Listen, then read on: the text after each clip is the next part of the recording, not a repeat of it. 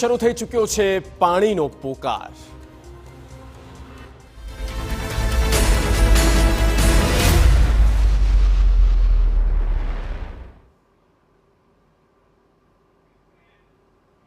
ઉનાળામાં ઉઠી રહ્યો છે પાણીનો પોકાર।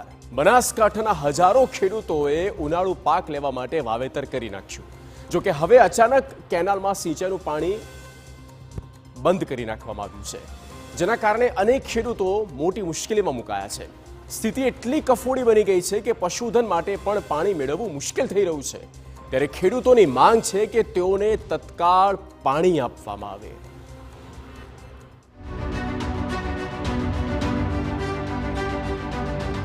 પાણીનો પોકાર।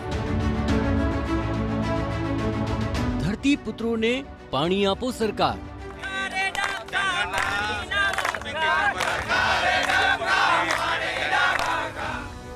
બનાસકાંઠામાં સ્થિતિ થઈ કફોડી।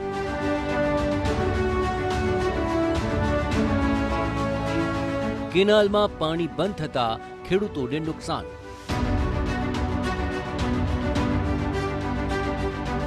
પીવાના પાણીમાં પણ પડી રહ્યા છે ફાંફા।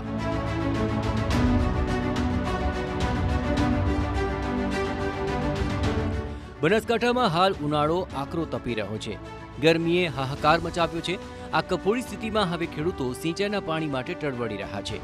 બનાસકાંઠામાં પાણીના તળ હજારોથી 1200 ફૂટ સુધી ઊંડે ઉતરી ચૂક્યા છે। કેનાલ પર હાલ કોરી જણાઈ રહી છે, જેને કારણે પશુધનને પણ પૂરતું પાણી નથી મળી રહ્યું। ખેડૂતોનું કહેવું છે કે જો સરકાર પાણી નહીં આપે તો સ્થિતિ ખૂબ જ કફોડી થઈ શકે છે।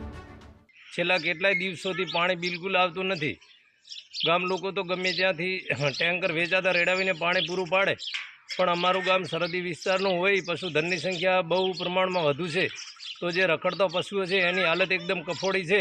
અને તળાવની અંદર થોડું ઘણું પાણી હોય ને તો અમારા તળિયામાં પાણી ઉતરે, અને પાણી તળિયામાં ઉતરે ને તો અમે અમારા બોર ચાલુ કરીએ। એટલે બોર ચાલુ થાય તો અમારે એર ના આવે। હવે જો હાલ અમારે પોઝિશન એવી છે કે જો અમારે બોર ચાલુ કરે સીધો એર આવે છે। હવે અમે ગઈકાલે મેં મારી વાત આપણો 40 ફૂટ કોલમ ઉતારી, પણ બોરનો એર મળતો નથી। એટલે તળાવો તાત્કાલિક ભરવામાં આવે તો અમારે તળિયાનું પાણી નીચેવાનું ઉતરે તો અમારો પશુપાલન ઘાસચારો થોડો ઘણો અમે થોડી ઘણી બાજરી બચે એવી અમને આશા છે। સિંચાઈના પાણીની માંગ કોંગ્રેસના ધારાસભ્ય પણ બુલંદ કરી રહ્યા છે। કાંકરેજના ધારાસભ્ય અમૃતજી ઠાકોરે મુખ્યપ્રધાનને પત્ર લખી તત્કાળ પાણી આપવાની માંગ કરી છે। ઘણા દિવસોથી બનાસકાંઠા જિલ્લામાં નર્મદા કેનાલમાં સિંચાઈનું પાણી બંધ કરવામાં આવ્યું છે, ત્યારે ગઈકાલે રાજ્યના મુખ્યમંત્રીશ્રીને પત્ર લખી રજૂઆત કરી છે અને માગણી કરી છે કે ઉનાળાના સિઝનની અંદર ખેડૂતો બાજરી, જુવાર તેમજ પોતાના પશુપાલકને નિભાવવા માટે લીલા ઘાસચારાનું વાવેતર કરતા હોય છે। આ સમય દરમિયાન પાણી બંધ કરી દેવું એ યોગ્ય નથી।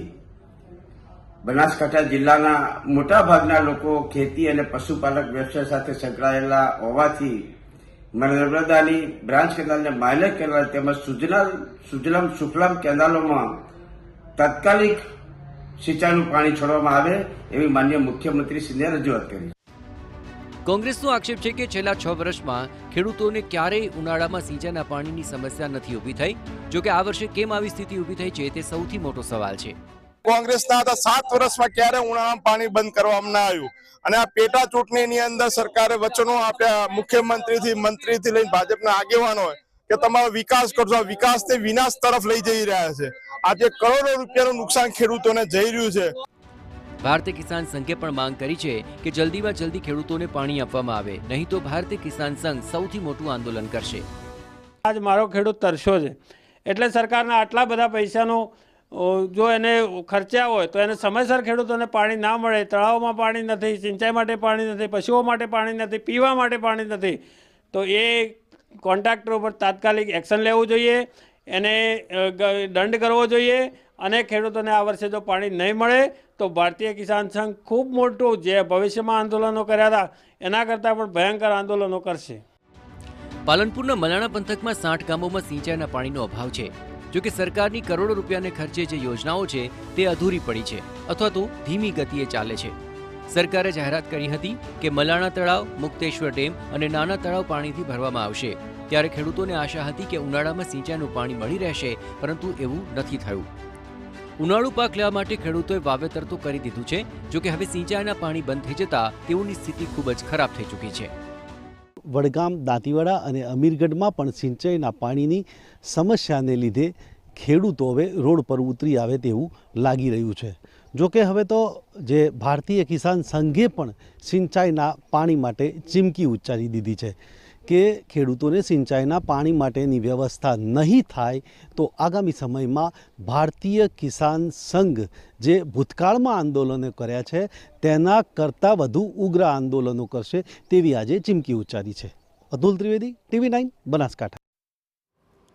અને હવે વાત